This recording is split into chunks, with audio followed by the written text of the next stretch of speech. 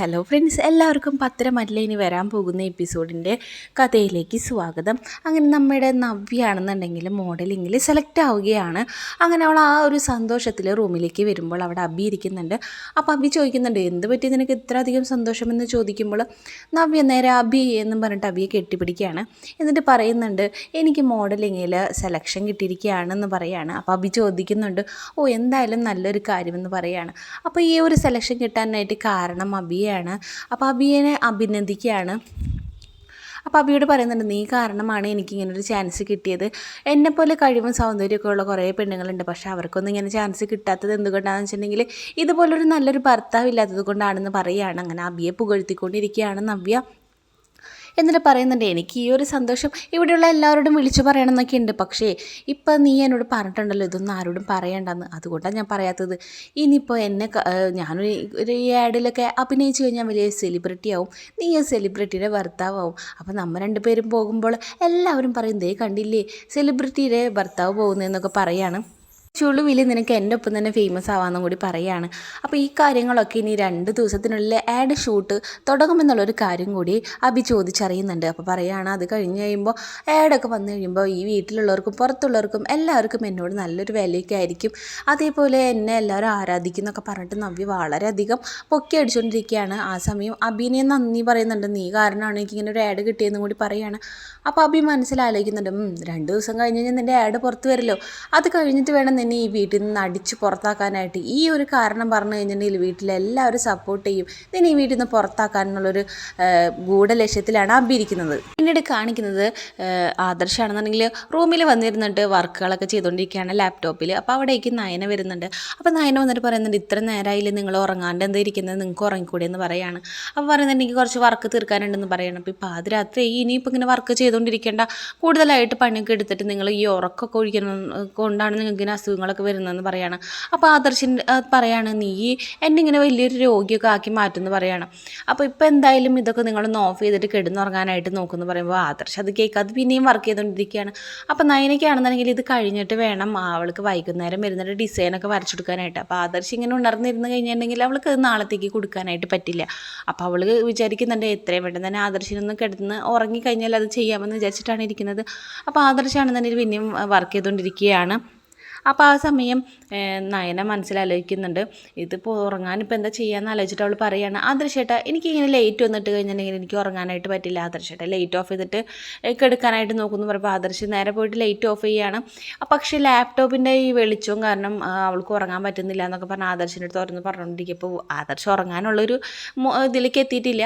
അപ്പോൾ അവൾക്ക് മനസ്സിലാലോചിക്കുന്നുണ്ട്, എനിക്കറിയാം എങ്ങനെയാണ് ആദർശേട്ടനെ ഇപ്പോൾ ഉറക്കേണ്ട കാര്യം എന്ന് മനസ്സിലാലോചിച്ചിട്ട് അവൾ പറയുകയാണ്, ആദർശേട്ടൻ നാളെ രാവിലെ തന്നെ എന്നെ ഡ്രൈവിങ് പഠിപ്പിക്കാനായിട്ട് കൊണ്ടുപോകുമോ, ഇനി 2-3 വട്ടം ഡ്രൈവിംഗ് ഒക്കെ പഠിച്ചു കഴിഞ്ഞാൽ എനിക്ക് സിമ്പിളായിട്ട് എടുക്കാൻ പറ്റുന്നൊക്കെ പറഞ്ഞാൽ ആദർശൻ ഇങ്ങനെ ഓരോന്ന് പറഞ്ഞിരിക്കുമ്പോൾ ആദർശ് പറയുന്നുണ്ട്, ഓ എൻ്റെ മൂടൊക്കെ പോയി, ഇനി പണി ചെയ്യാനുള്ളതെന്ന് പറഞ്ഞിട്ട് ലാപ്ടോപ്പ് അവിടെ എടുത്ത് വെച്ചിട്ട് അവനും കിടന്നുറങ്ങാനായിട്ട് പോവുകയാണ്. അപ്പോൾ അവൾ മനസ്സിലാക്കി, എനിക്കറിയാം നിങ്ങളെങ്ങനെ ഉറക്കണ്ടേന്ന്. അങ്ങനെ ആ ആദർശ് നല്ല ഉറക്കത്തിലേക്ക് പോയ സമയത്ത് നമ്മുടെ നയനയാണെന്നുണ്ടെങ്കിൽ ഒരു പേപ്പറും പേനയൊക്കെ എടുത്തിട്ട് റൂമിനെ പുറത്തേക്ക് വരികയാണ്. കാരണം പവിത്രയ്ക്ക് വാക്ക് കൊടുത്തിട്ടുണ്ടായിരുന്നു പുതിയ ഡിസൈൻസ് വരച്ച് കൊടുക്കാമെന്നുള്ളൊരു കാര്യം. അങ്ങനെ നമ്മുടെ പവിത്രയ്ക്ക് വേണ്ടിയിട്ടുള്ള ഡിസൈൻസ് വരച്ചുകൊണ്ടിരിക്കുകയാണ്. അപ്പോൾ ഇതുവരെ വരാത്ത ഡിസൈൻസ് വേണം വരയ്ക്കാനായിട്ട്. അപ്പോൾ ഇതിനുള്ളൊരു പൈസ കിട്ടിക്കഴിഞ്ഞാൽ അവളെ വീട്ടുകാരെ സഹായിക്കാമെന്നുള്ളൊരു മൈൻഡിലേക്കാണ് നയന നിൽക്കുന്നത്. അങ്ങനെ വരച്ചുകൊണ്ടിരിക്കുമ്പോൾ പാതി ഉറക്കം കഴിഞ്ഞിട്ട് നമ്മുടെ ആദർശ് എണീറ്റ് നോക്കുമ്പോൾ അവിടെ നവ്യനെ നയനെ കാണുന്നില്ല. അപ്പോൾ ആദർശ് ഇവിടെ പോയതാണെന്നറിയാതെ അവൻ അന്വേഷിച്ച് നോക്കിക്കൊണ്ട് വരികയാണ്. അപ്പോൾ ആ സമയത്ത് അവൾ ഹാളിൽ ഇരുന്നുകൊണ്ട് എന്തൊക്കെയോ വരച്ചുകൊണ്ടിരിക്കുന്നത് കാണുന്നുണ്ട്. അപ്പോൾ ആദർശ് ചെന്ന് ചോദിക്കുകയാണ്, നീ ഇപ്പോൾ എന്താ ചെയ്യുന്നതെന്ന്. അപ്പോൾ അവളാണെന്നുണ്ടെങ്കിൽ ഒരു കോളമൊക്കെ വരച്ചിട്ടുള്ള ഒരു പേപ്പറാണ് കാണുന്നത്. അപ്പോൾ പറയുകയാണ്, ഞാൻ നാളെ രാവിലെ കോലം വരയ്ക്കാനുള്ള ഡിസൈൻസ് നോക്കിക്കൊണ്ടിരിക്കുകയാണ്, എനിക്ക് ഇങ്ങനെയൊക്കെ ചെയ്യുന്നൊരു പതിവ് ഉണ്ടായിരുന്നു, അപ്പോൾ അതൊന്ന് ട്രൈ ചെയ്യാമെന്ന് പറയുന്നത്. അപ്പോൾ നിനക്കെന്താ വട്ടാണോ ഈ രാത്രി ഇന്ന് ഇങ്ങനെ ഉറക്കൊഴിച്ചൊരെണ്ണം ചെയ്യാമെന്ന് പറയുകയാണ്. ആദർശമായിട്ടും പൊക്കോളൂ, ഞാനിപ്പോൾ ഇത് കഴിഞ്ഞിട്ട് വരാമെന്ന് പറയുകയാണ്.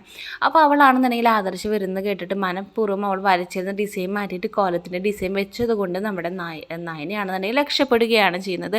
അങ്ങനെ അവൾ ആ ഒരു സമയത്ത് നിന്ന് മാറിയിട്ട് നാളെ പവിത്രയ്ക്ക് കൊടുക്കാനുള്ള ഡിസൈൻസ് തന്നെ അവൾ വരച്ചുകൊണ്ടിരിക്കുന്നുണ്ട്. പുതിയ ഡിസൈൻസൊക്കെ വരച്ചുകൊണ്ടിരിക്കുന്നുണ്ട്.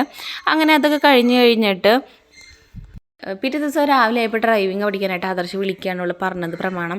അങ്ങനെ അവന് വിളിച്ചുകൊണ്ട് പോകുമ്പം അവൾ കാണുന്ന വീട്ടിലത്തെ കാര്യങ്ങളുണ്ട് കുറേ ചെയ്യാനായിട്ട്. അപ്പോൾ ഇങ്ങനെ വീട്ടിലേക്ക് ഓരോരോ കാര്യങ്ങൾ പറഞ്ഞു, വണ്ടി ഓടിക്കാൻ നിർത്തുക, വീട്ടിലേക്ക് വിളിച്ചിട്ട് ഓരോരോ കാര്യങ്ങൾ പറഞ്ഞു, ഞാൻ തുണി അലക്കിയിരുന്ന കാര്യങ്ങൾ, അങ്ങനെ പത്രം വരില്ല എന്ന കാര്യങ്ങൾ, അങ്ങനെ ഓരോരോ കാര്യങ്ങൾ പറഞ്ഞ് ഫോൺ ഇങ്ങനെ വിളിച്ചുകൊണ്ടിരിക്കുകയാണ്. അപ്പം നമ്മുടെ ആദർശ് കാറിൽ നിന്ന് പുറത്തിറങ്ങിയിട്ട് പഠിക്കണമെന്നുണ്ടെങ്കിൽ ഇതേപോലെ ഇടയ്ക്കിടയ്ക്ക് ഇങ്ങനെ നിർത്തി പഠിക്കാനൊന്നും പറ്റില്ല, ഒരു ഏകാഗ്രത ഒക്കെ വേണം. ഈ ഒരു കാര്യം ചെയ്യണമെന്നുണ്ടെങ്കിൽ ഫുൾ സമയം നമ്മുടെ കൈയും കാലൊക്കെ അങ്ങനെ ചലിപ്പിച്ചുകൊണ്ടും ബുദ്ധി അങ്ങനത്തെ കാര്യങ്ങളൊക്കെ ഒരുമിച്ച് വേണ്ട ഒരു സമയമാണ്. നീ ഇതൊന്നും ശ്രദ്ധിക്കാതെ ചെയ്യുകയാണെന്നുണ്ടെങ്കിൽ നടക്കണ കാര്യമില്ല, അതുകൊണ്ട് ഇന്നത്തെ പഠിത്തമൊക്കെ ഇത്രത്തോളം മതി എന്ന് പറഞ്ഞിട്ട് ആദർശ് നേരെ വീട്ടിലേക്ക് പോരുകയാണ്.